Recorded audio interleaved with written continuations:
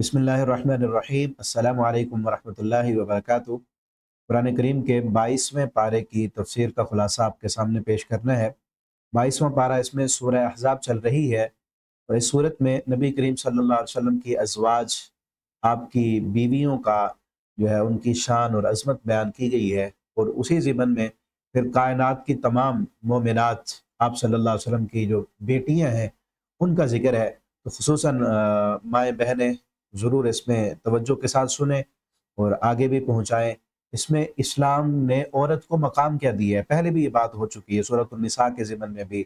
اور سورہ نور میں بھی، اور یہاں پر بھی عورت کو اسلام نے مقام اور مرتبہ کیا دیا ہے، اس پر بھی بات ہوگی۔ اور اصل عورت کی شان، عظمت اور مقام اسلام کو قبول کرنے میں ہے، اسلام کے احکامات کو ماننے میں ہے۔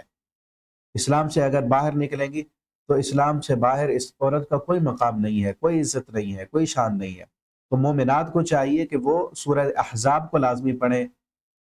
مومنات ماؤں بہنوں کو، نبی کریم صلی اللہ علیہ وسلم کی بیٹیوں کو جو خاص اس صورت میں پیغام دیا گیا ہے، اس پیغام کو پڑھیں اور سورہ نور کا مطالعہ کریں، سورہ نساء کی تلاوت کریں، اس کا مطالعہ کریں، اس کا ترجمہ پڑھیں۔ تو یہاں سے بات شروع کی گئی، یا ایھا النبی،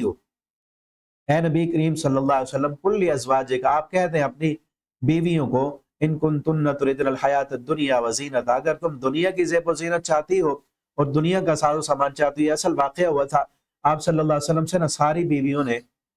آ کر مطالبہ کیا کہ ہمیں آپ خرچہ دیں، آپ جو خرچہ ہمیں دیتے ہیں وہ ہمیں کم پڑتا ہے، آپ زیادہ پیسے دیں۔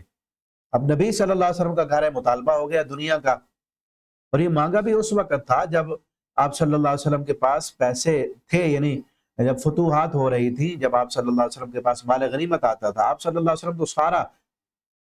جتنے بھی آپ کے پاس دنیا کا مال سامان آتا، آپ اللہ کے راستے میں خرچ کر دیتے،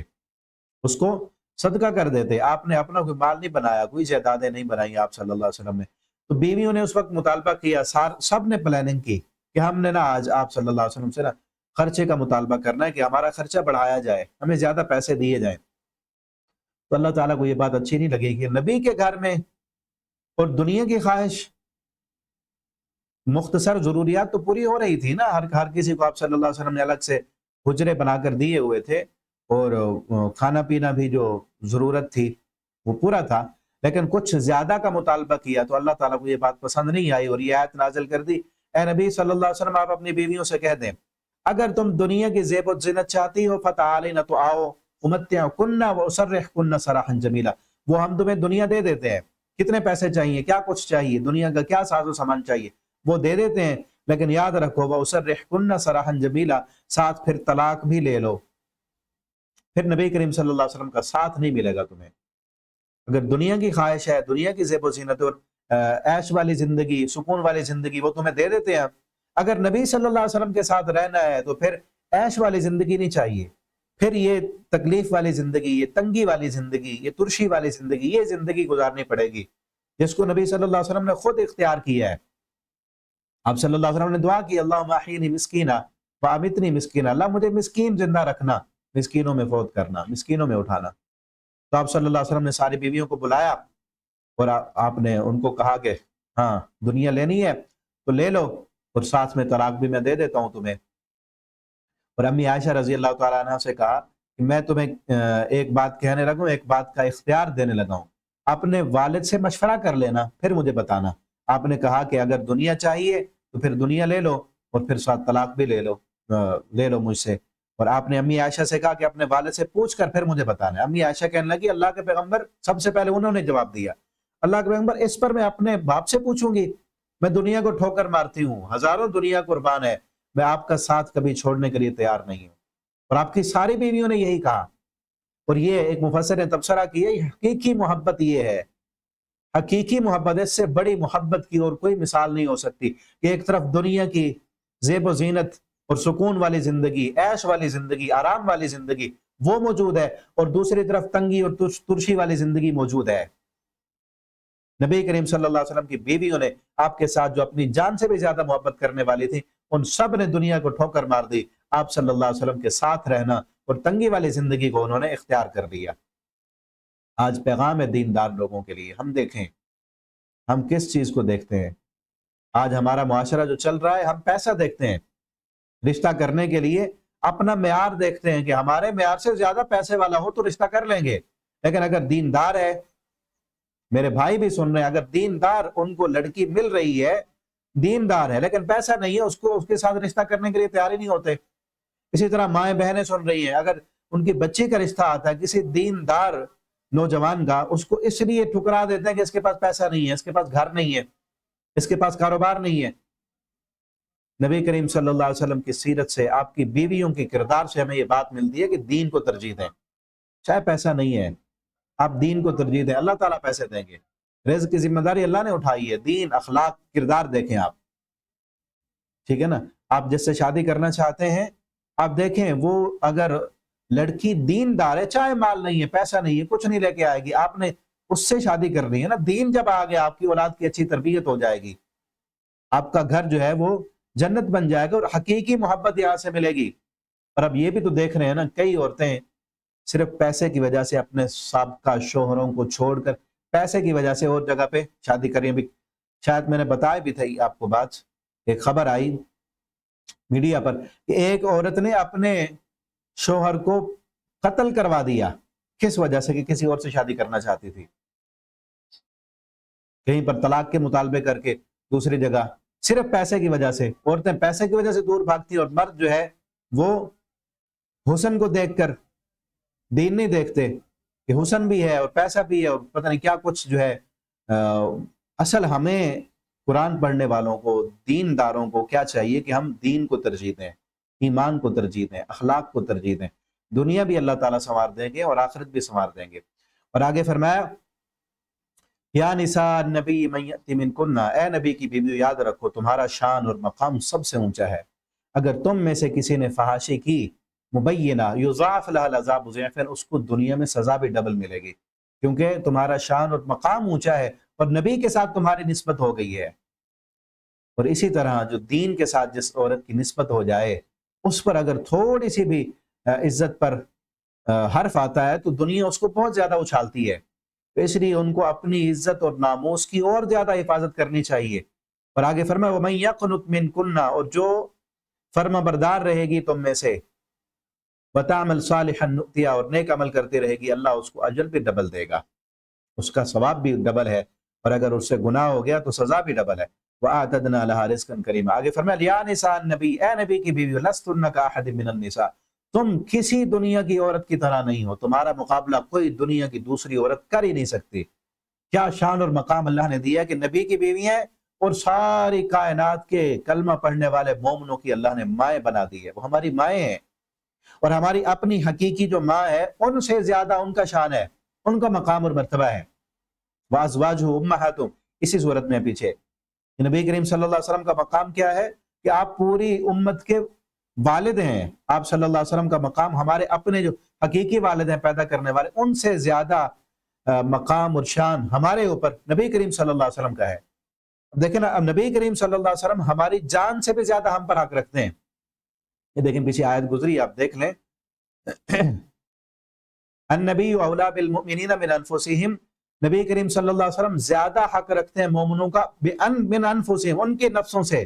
ہماری جان پر اتنا ہمارا اختیار نہیں ہے جتنا ہماری جان پر نبی کریم صلی اللہ علیہ وسلم کا اختیار ہے. کیسے؟ اگر ہم اپنی مرضی سے اپنی اس جان کو ختم کرنا چاہیں، خودکشی کہلائے گی، اور خودکشی کرنے والا جہنم میں جائے گا، ہے نا. اپنی جان کو ختم کرنے کا اختیار نہیں ہے ہمارے پاس. اگر اسی جان کو رسول اللہ صلی اللہ علیہ وسلم حکم دیں کہ ختم کر دو، اگر رسول اللہ صلی اللہ علیہ وسلم کے حکم پر اس جان کو ختم کر دیں گے، ہم تو شہید کہلائیں گے اور سیدھے جنت میں جائیں گے. تو اس جان پر ہم سے زیادہ رسول اللہ کا حق ہے. تو جیسے رسول اللہ صلی اللہ علیہ وسلم کہیں ویسے کریں، تاکہ قیامت کے دن آپ صلی اللہ علیہ وسلم پھر ہماری سفارش بھی کر سکیں. وازواجہ، ان کی جو بیوی ہے، آپ صلی اللہ علیہ وسلم کی جو بیوی ہے، امہاتہم، ان کی مائیں ہیں. ٹھیک ہے، تو نبی کریم صلی اللہ علیہ وسلم کی بیویوں کو اللہ نے یہ شان اور مقام دیا. فرمایا کہ تم کسی دنیا کی عورت کی طرح نہیں ہو اگر تم پاک دامن رہو. فلا تخضعن بالقول، اور اپنی بات میں نرمی نہ پیدا کیا کرو. فیطمع الذی فی قلبہ مرض، کہ ایسے نہ ہو کہ وہ بندہ، یعنی کسی غیر مرد سے بات کرنی پڑ گئی ہے تو بات کریں اور نرم انداز میں بات نہ ہو. وقلن قولا معروفا، اور سیدھی اور صاف بات کریں. ٹھیک ہے نا. تو اس سے یہ مسئلہ بھی نکالا ہے علماء نے کہ عورت کی آواز کا پردہ نہیں ہے. عورت کی آواز کا پردہ کہیں بولنا پڑ گیا ہے. اب دیکھیں نبی کریم صلی اللہ علیہ وسلم کی بیویاں پردہ کرتی تھیں، تو یہ نہ کہیے کہ یہاں تو نبی صلی اللہ علیہ وسلم کی بیویوں کے متعلق ہے، وہ تو امت کی مائیں ہیں. امت کی مائیں ہیں، روحانی مائیں ہیں، لیکن آپ صلی اللہ علیہ وسلم کی بیویاں سب سے پردہ کرتی تھیں، صحابہ سے. سب کی مائیں تھیں لیکن پردہ تھا. پردہ کرتی تھیں لیکن پردے میں بات کر لیتی تھیں. صحابہ کرام آتے تھے مسئلہ پوچھنے کے لیے، پردے میں بیٹھ کر مسئلہ بتاتی تھیں. تو ان سے یہ کہا گیا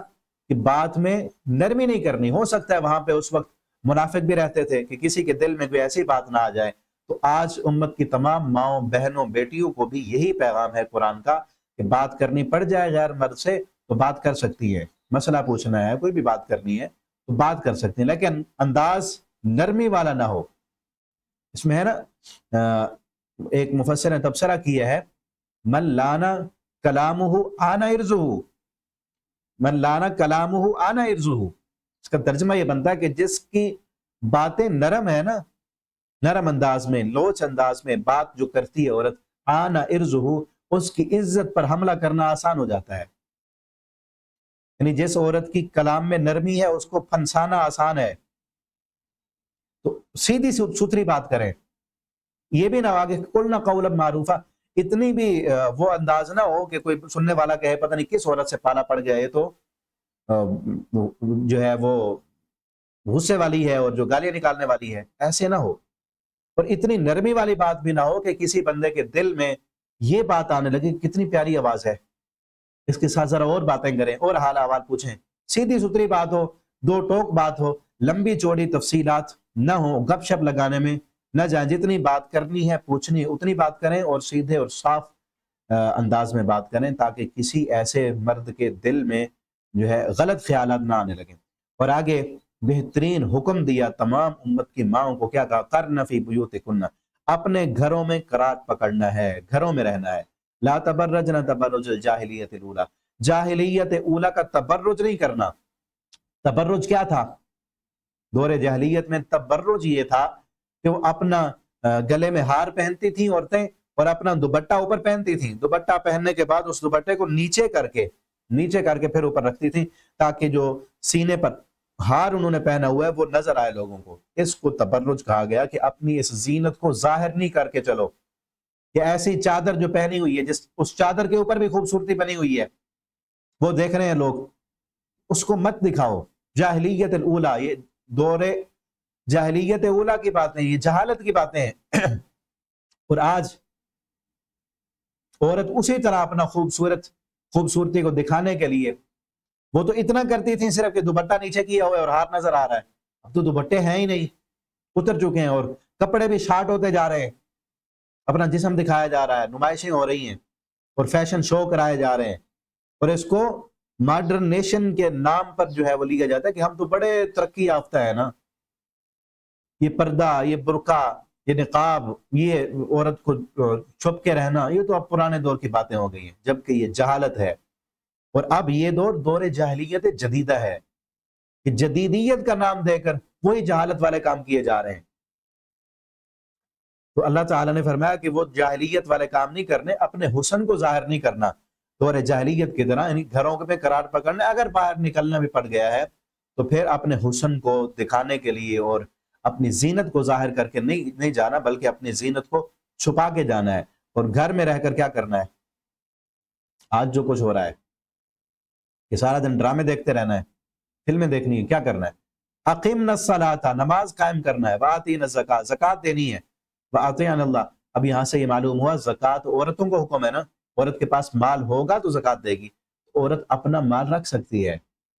پردے میں رہ کر، الگ رہ کر وہ اپنا کاروبار بھی کر سکتی ہے، وہ اپنا تجارت کر سکتی ہے. اس کو جو شوہر نے مال دی ہے یا اس کو اس کے والدین کی طرف سے وراثت ملی ہے، اس کا اپنا مال ہے، وہ اس پر اس کا پورا اختیار ہے، کنٹرول ہے. ہوگا مال تو زکوٰۃ دے گی نا، زکوٰۃ دینی ہے. وَأَطِيعُوا اللَّهَ وَرَسُولَهُ، اللہ اور اس کے رسول کی اطاعت کرنی ہے. اور ایسی عورت کو نبی کریم صلی اللہ علیہ وسلم نے بھی خوشخبری دی ہے کہ جو عورت گھر میں رہے، اپنی عزت و ناموس کی حفاظت کرے، نماز پڑھے، روزہ رکھے اور زکوٰۃ ادا کرے، اپنی عزت کی حفاظت کرے، تو اللہ تعالیٰ قیامت کے دن اس کے لیے جنت کے 8 دروازے کھول دیں گے کہ جس سے چاہے تو جنت میں چلی جا. ایما امراتن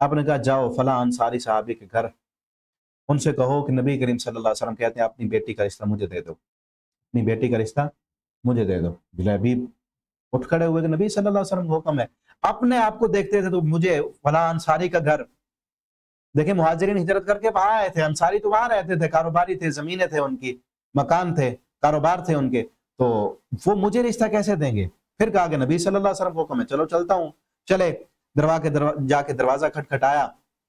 اور کہا کہ مجھے نبی صلی اللہ علیہ وسلم نے بھیجا ہے۔ اس کے گھر کے مالک جو بڑے تھے وہ باہر نکلے، کہا کس لیے آئے ہو؟ کہا نبی صلی اللہ علیہ وسلم نے بھیجا۔ کیوں؟ کہا آپ صلی اللہ علیہ وسلم فرماتے ہیں اپنی بیٹی کا رشتہ میرے ساتھ کر دو۔ اندر گئے، اپنی بیوی سے پوچھنے لگے، ایسے جلیبیب وہ غلام ہے، کالے رنگ کا ہے، تو وہ آیا ہے اور کہتا ہے نبی صلی اللہ علیہ وسلم کہتے ہیں کہ میرا رشتہ کر دو، اپنی بیٹی کا رشتہ مجھے دے دو۔ اپنی بیوی سے ہی باتیں کر رہے ہیں اور پیچھے ان کی بیٹی سن رہی ہے جس کے بارے میں کہا تھا کہ اس کا رشتہ کر دو، بیٹی سن رہی تھی۔ اب خامد بیوی آپس میں ایک دوسرے سے بات کر رہے ہیں،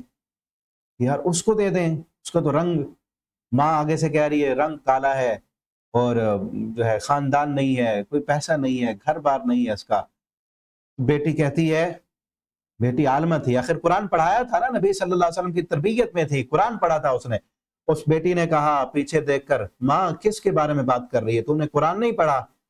وَمَا كَانَ لِمُؤْمِنٍ وَلَا مُؤْمِنَةٍ إِذَا قَضَى اللَّهُ وَرَسُولُهُ أَمْرًا أَن يَكُونَ لَهُمُ الْخِيَرَةُ مِنْ أَمْرِهِمْ۔ اللہ نے قرآن میں کہا ہے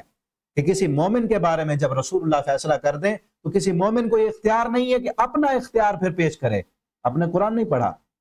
آپ اس کے کالے رنگ کو نہ دیکھیں، اس کے بھیجنے والے کو دیکھیں، اس کو بھیجا کس نے ہے؟ مجھے منظور ہے، میں اپنی سہیلیوں میں بیٹھ کر یہ فخر کروں گی، میری سہیلیاں کہیں گی، کوئی کہے گی میرا رشتہ میرے باپ نے کیا تھا، کوئی کہے گی میرا رشتہ میرے دادا نے کیا تھا، کوئی کہے گی میرا رشتہ میری ماں نے کیا تھا، کوئی کہے گی میرے ماموں نے کیا تھا۔ میں اپنی سہیلیوں میں بیٹھ کر فخر سے یہ کہوں گی میرا رشتہ کائنات کے امام محمد الرسول اللہ نے کیا تھا۔ رشتہ ہو گیا، اور پھر دنیا، اللہ نے ایسی محبت ان میں پیدا کی،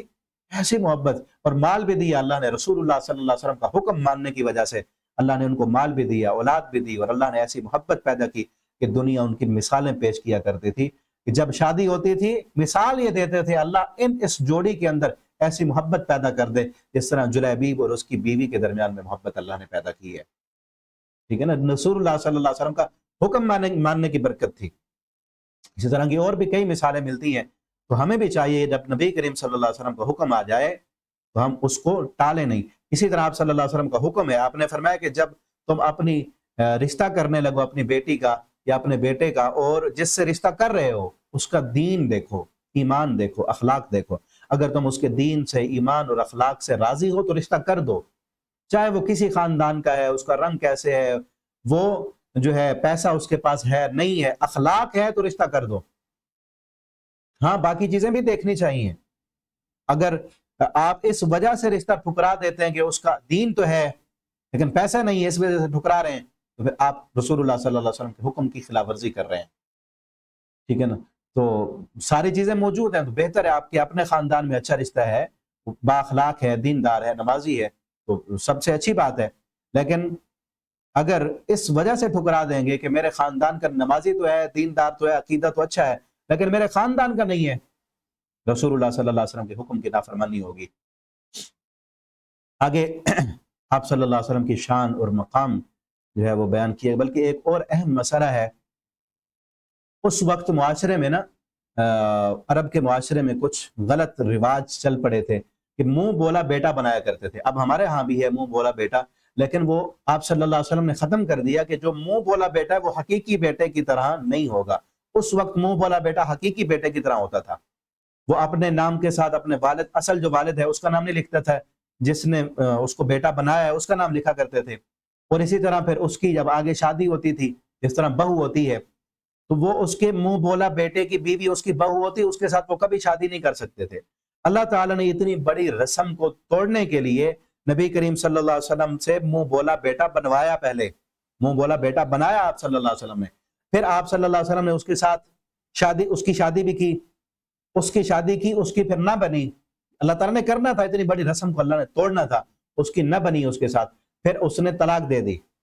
طلاق دی، پھر آپ صلی اللہ علیہ وسلم کی اس کے ساتھ اللہ تعالیٰ نے شادی کروائی، تاکہ اتنی بڑی رسم و رواج کو ایک بڑے انداز میں توڑا جائے تاکہ دوبارہ یہ رسم پھر نہ آ سکے۔ ایک تو ہمیں یہ مسئلہ ملتا ہے اس سے کہ رسمیں اور رواج جو ہوں ان کو اس انداز میں توڑ دینا چاہیے تاکہ یہ رسمیں اور رواج شریعت کا حصہ نہ بن جائیں، اور جو صحیح دین کا مسئلہ ہے وہ لوگوں کو معلوم ہو جائے۔ آپ صلی اللہ علیہ وسلم سے اللہ تعالیٰ نے اس لیے توڑوایا۔ زید آپ صلی اللہ علیہ وسلم کے منہ بولے بیٹے تھے، اور اتنی محبت و پیار، اتنی محبت پیار کہ زید آپ صلی اللہ علیہ وسلم کو نا غلام تھے۔ آپ کی جو بیوی تھیں حضرت خدیجہ رضی اللہ تعالیٰ عنہ، ان کے غلام تھے۔ جب آپ کے نکاح میں آئیں وہ، ان کا سارا مال انہوں نے آپ صلی اللہ علیہ وسلم کو دے دیا، وہ بھی آپ کے بن گئے۔ تو کئی عرصے کے بعد زید کے والدین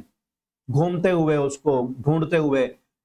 کسی نے بتایا کہ مدینے میں ہے اور نبی صلی اللہ علیہ وسلم کا بڑا اعلیٰ اخلاق ہے، کردار ہے، آپ ان کے پاس چلے جائیں، ان کے پاس ہیں، وہ آپ کو دے دیں گے۔ زید کے والدین آ گئے، خاندان کے لوگ آپ صلی اللہ علیہ وسلم کے پاس کہ آپ کا بیٹا ہمارا بیٹا ہے، اس طرح جو ہے وہ غلام تھا، بکتا بکاتا آپ کے پاس پہنچا ہے، آپ شفقت کریں، ہمیں واپس کر دیں۔ آپ صلی اللہ علیہ وسلم نے فرمایا میں زید کو بلاتا ہوں، اگر زید آپ کے پاس جانا چاہتے ہیں تو آپ لے جائیں۔ غلام تھے نا، آخر پیسے بھر کے لیا تھا، کوئی پیسے جیسے نہیں، کچھ بھی نہیں، آپ نے کہا وہ جانا چاہتا ہے تو اس کو لے جاؤ۔ آپ صلی اللہ علیہ وسلم نے زید کو بلایا، والدین سامنے تھے۔ زید نے دیکھا کہ میرے والدین ہیں، ماں ہے، باپ ہے، رشتہ دار ہیں، تو کہنے لگے زید چلو، ملے، گپ شپ کی، بات کی، اور والدین نے کہا کہ چلو ہمارے ساتھ، ہم آپ کو لینے آئے ہیں۔ اب زید کہتے ہیں میں آپ کے ساتھ نہیں جانا چاہتا، اللہ کی قسم جو محبت و پیار مجھے محمد الرسول اللہ صلی اللہ علیہ وسلم نے دی ہے، وہ محبت و پیار مجھے آپ سے بھی نہیں مل سکا۔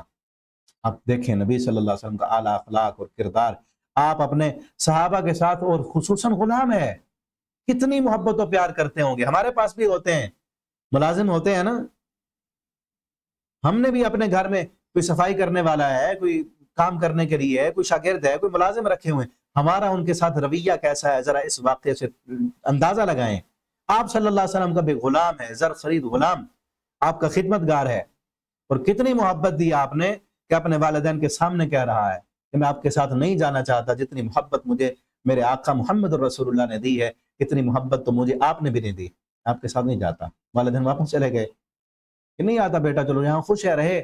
اس کے بعد آپ صلی اللہ علیہ وسلم اس دن کے بعد کا آج کے بعد زید بن محمد ہے، یہ زید غالباً زید بن حارثہ تھے، زید بن حارثہ نہیں ہے، آج کے بعد یہ زید بن محمد ہیں۔ تو آپ صلی اللہ علیہ وسلم نے ان کو اپنا بیٹا بنا لیا۔ اس وقت ابھی بیٹا، منہ بولا بیٹا جو ہے وہ منع نہیں کیا گیا تھا، تو پھر آپ صلی اللہ علیہ وسلم نے اس کی شادی بھی کی،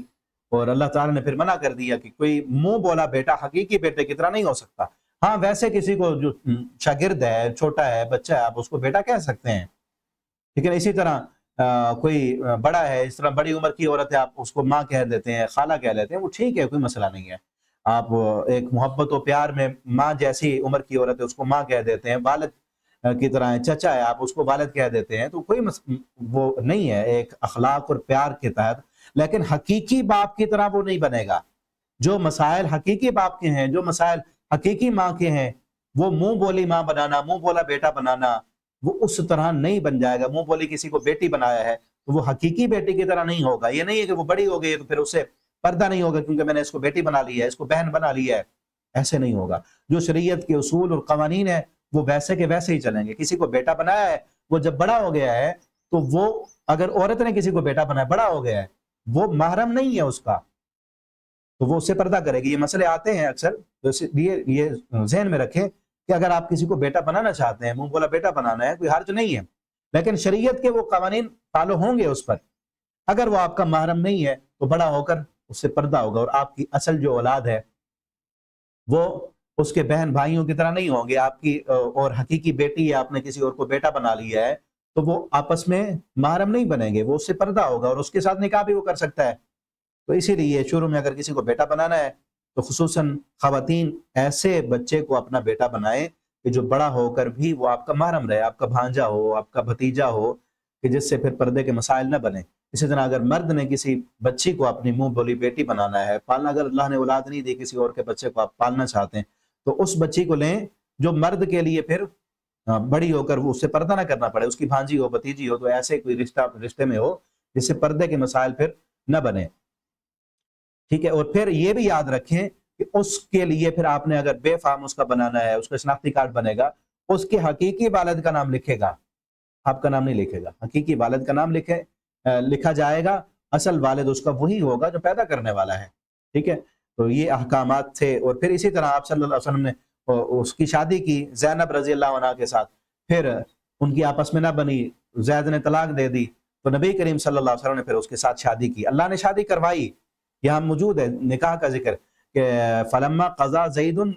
منہا وطرا زوجناکا، ہم نے شادی کر دی، لکی لا یکون علی المؤمنین حرج، تاکہ مومنوں کے لیے کوئی حرج باقی نہ رہے۔ پہلے کیا تھا، لوگوں نے پھر اعتراض کی ہے، باتیں کی کہ دیکھو نبی صلی اللہ علیہ وسلم کا بیٹا تھا، اس کی جو بیوی تھی آپ کی بہو تھی، بہو کے ساتھ نکاح کر لیا۔ تو اللہ نے یہ رسم رواج توڑی کہ منہ بولا بیٹا حقیقی بیٹے کی طرح نہیں ہے، وہ منہ بولا حقیقی بیٹے کی بیوی تو اس کے ساتھ تو نکاح نہیں ہو سکتا بہو کے ساتھ، لیکن منہ بولے بیٹے کی بیوی ہے تو منہ بولا بیٹا حقیقی بیٹے کی طرح نہیں ہے، اس لیے اس کی بیوی کے ساتھ آپ صلی اللہ علیہ وسلم کا اللہ تعالیٰ نے نکاح کیا۔ پھر آگے آپ صلی اللہ علیہ وسلم کی شان یہ بیان کی کہ ما کان محمد ابا احد من رجالکم، محمد صلی اللہ علیہ وسلم کسی مردوں میں سے کسی کے باپ نہیں ہے، کیونکہ اگر آپ صلی اللہ علیہ وسلم کا کوئی اولاد ہوتی اور وہ جوان حقیقی بیٹا ہوتا، جوان بنتا، تو وہ پھر نبوت کا وارث بنتا۔ اس لیے آپ صلی اللہ علیہ وسلم کے جو مرد تھے، آپ کی جو اولاد تھی، آپ کے جو بیٹے تھے، وہ چھوٹی عمر میں ہی وفات پا گئے۔ وخاتم النبیین، کس لیے؟ کیونکہ آپ خاتم النبیین ہیں، آپ نبوت کے آخر ہیں۔ خاتم کہتے ہیں مہر، جو خط کو بند کرنے کے بعد اوپر جو مہر لگاتے ہیں، کیونکہ یہاں پر نبوت کا سلسلہ ختم ہو رہا ہے، بند ہو رہا ہے، آگے کسی نے نبی نہیں بننا۔ کسی نے نبی بننا ہوتا تو ہم آپ کی اولاد، ہم آپ کو کسی کا باپ بنا دیتے، آپ کی اولاد کو زندہ رکھتے اور بڑا کرتے، کیونکہ آپ آخری نبی ہیں، آپ کے بعد کسی نے نبی نہیں بننا، اس لیے ہم نے آپ کو کسی مرد کا، رجال کا آپ کو باپ نہیں بنایا۔ وَكَانَ اللَّهُ بِكُلِّ شَيْءٍ عَلِيمًا، اور اللہ ہر چیز کو خوب جاننے والے ہیں۔ اور یہ آیت ختم نبوت پر مہر ہے، آپ صلی اللہ علیہ وسلم کے بعد کسی نبی نے نہیں آنا۔ کوئی آئے دعویٰ کرے تو وہ جھوٹا ہے، وہ کذاب ہے، وہ دجال ہے، اور جو کسی اور یہ عقیدہ رکھے کہ آپ صلی اللہ علیہ وسلم کے بعد کوئی اور نبی آ سکتا ہے، چاہے ذیلی نبی ہو یا آپ صلی اللہ علیہ وسلم کے تحت والا نبی، جس طرح یہ قادیانی جو اپنے غلام احمد کو سمجھتے ہیں، قادیانی کو، تو وہ ہمارے ملک کا بھی قانون ہے، اسلام کا بھی قانون ہے کہ ایسا بندہ اسلام سے خارج ہے، مرتد ہے ایسا بندہ جو پہلے کلمہ پڑھتا تھا اور پھر کہتا ہے کہ میں نہیں جی، وہ غلام احمد بھی کچھ ہیں، وہ بھی اللہ کی طرف سے تھے، یا ذیلی نبی ہیں، یا فلاں ہیں،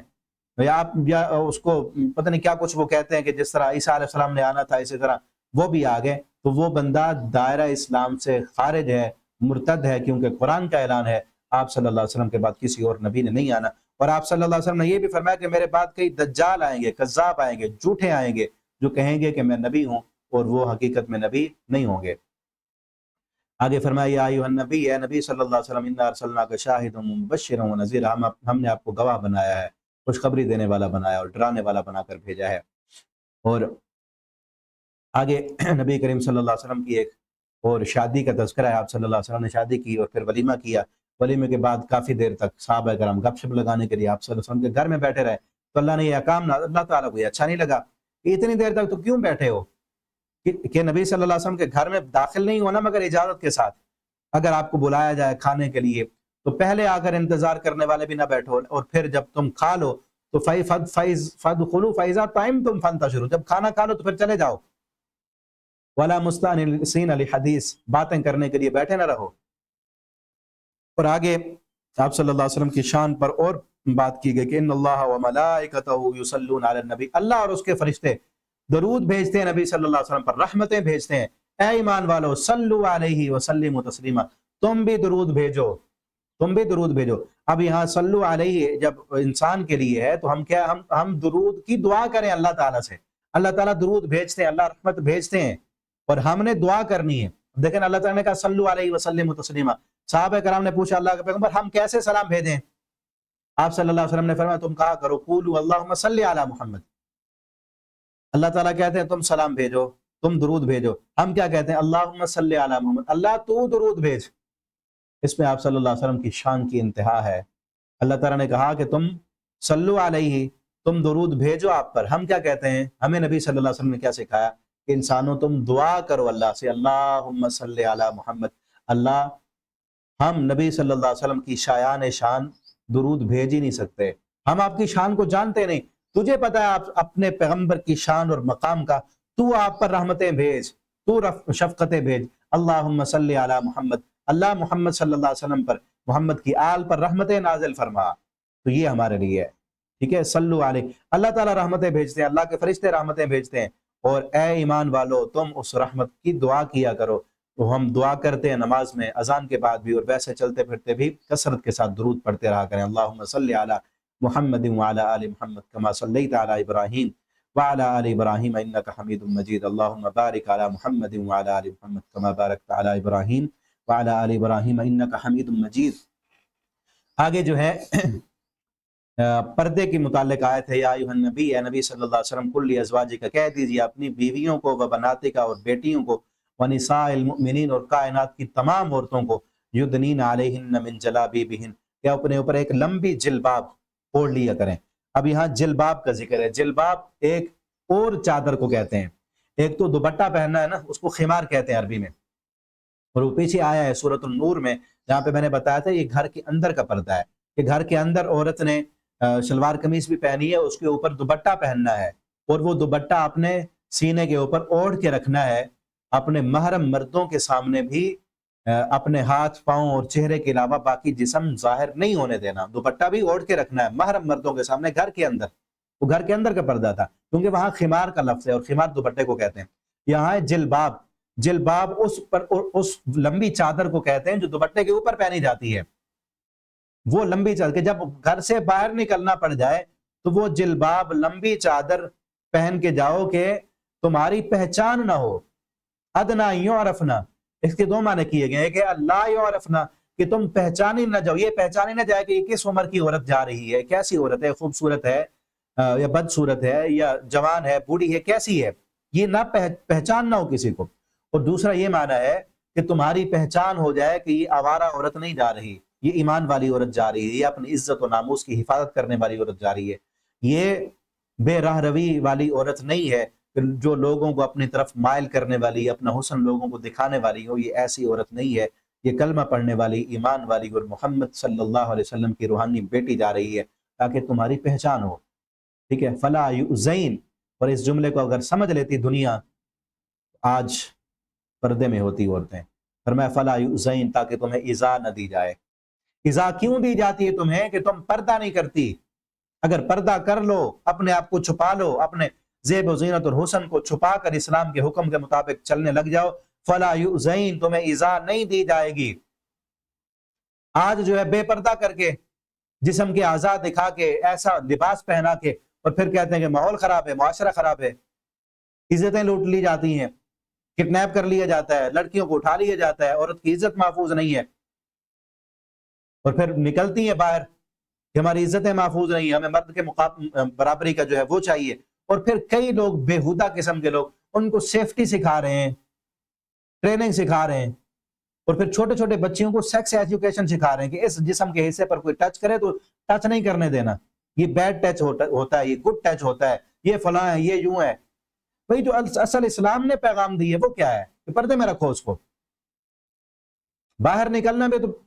مکمل پردے میں ہو، حجاب میں ہو، حجاب میں ہوگی، کسی کی ضرورت نہیں ہے، قرآن کہتا ہے فلا یؤذین، تمہیں ایذا نہیں دی جائے گی، اور اس پر کئی تجربات کیے گئے ہیں، ڈاکٹر ذاکر نائک کی غالباً میں نے کافی عرصہ پہلے ایک تقریر سنی تھی، انہوں نے کہا کہ وہ اس وقت انڈیا میں تھے، بمبئی میں، چوک میں دو عورتوں کو بھیجو، ایک ہو وہ جو ماڈرن قسم کا لباس پہنی ہوئی ہے، مغربی لباس پہنی ہوئی ہے، اور دوسرا اسلامی لباس میں پردے کے ساتھ، حجاب کے ساتھ جائے، اب اور پھر دیکھو کہ کس عورت کی طرف لوگ نظریں اٹھا کر گھور گھور کر دیکھتے ہیں، کس عورت کو نہیں دیکھتے، کس عورت کی طرف جو ہے مرد اس کو پھنسانے کی کوشش کرتے ہیں، وہ اکیلی ہو تو اس کو جو ہے کڈنیپ کرنے کی، اس پر حملہ کرنے کی کوشش کرتے ہیں، اور کس عورت کو کچھ نہیں کہتے، جو عورت پردے میں ہوگی، اپنا جسم چھپایا ہوگا، اپنی عزت کی حفاظت کر کے نکلی ہوگی، لوگ بھی سمجھے گے کہ یہ عزت کی حفاظت کرنے والی ہے، اور جس نے اپنی عزت، اپنا جسم ظاہر کیا ہوا ہے، اور وہ دیکھ کر ہی سمجھیں گے یہ پہلے سے دکھا رہی ہے، کچھ اور بھی یہاں سے حاصل ہو جائے گا ہمیں، اس لیے اللہ فرماتے ہیں ادنا ان یعرفن فلا یؤذین، تمہاری پہچان بھی ہو جائے گی اور تمہیں ایذا بھی نہیں ملے گی، پردہ اگر کرو گی تو۔ اللہ تعالی ہماری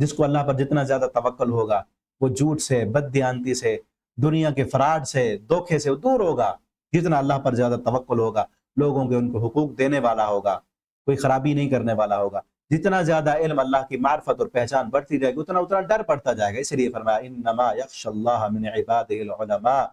اللہ سے سب سے زیادہ ڈرنے والے علماء ہیں۔ اللہ ہمیں حقیقی معنوں میں علم عطا فرمائے، اور اللہ ہم سب کو اپنے ذات کا ڈر ہمارے دلوں میں اللہ تعالیٰ پیدا کر دیں، اور ایسے ڈرنے والوں کے لیے اللہ فرماتے ہیں جنات عدن، ہمیشگی کے باغات ہیں ان کے لیے، یحلون فیہا من اساور، اس میں ان کو کنگن پہنائے جائیں گے سونے کے، ان کے لباس ہوں گے ریشم کے، اور وہ کہیں گے قال الحمدللہ الذی اذھب عنا الحزن، جنت میں پہنچ کر کہیں گے ساری تعریفیں اللہ کے لیے جس رب نے ہم سے حزن کو دور کر دیا اور ہمیں بہترین جگہ جو ہے وہ جنت میں عطا کر دی۔ اللہ تعالی ہمیں ان لوگوں میں شامل کر لیں، اللہ ہمیں اپنی رحمت کے ساتھ، اللہ ہماری باتوں کو قبول کر کے اپنی رحمت کے ساتھ جنت الفردوس کا داخلہ عطا کر دیں۔ آخر دعوانا الحمدللہ رب العالمین۔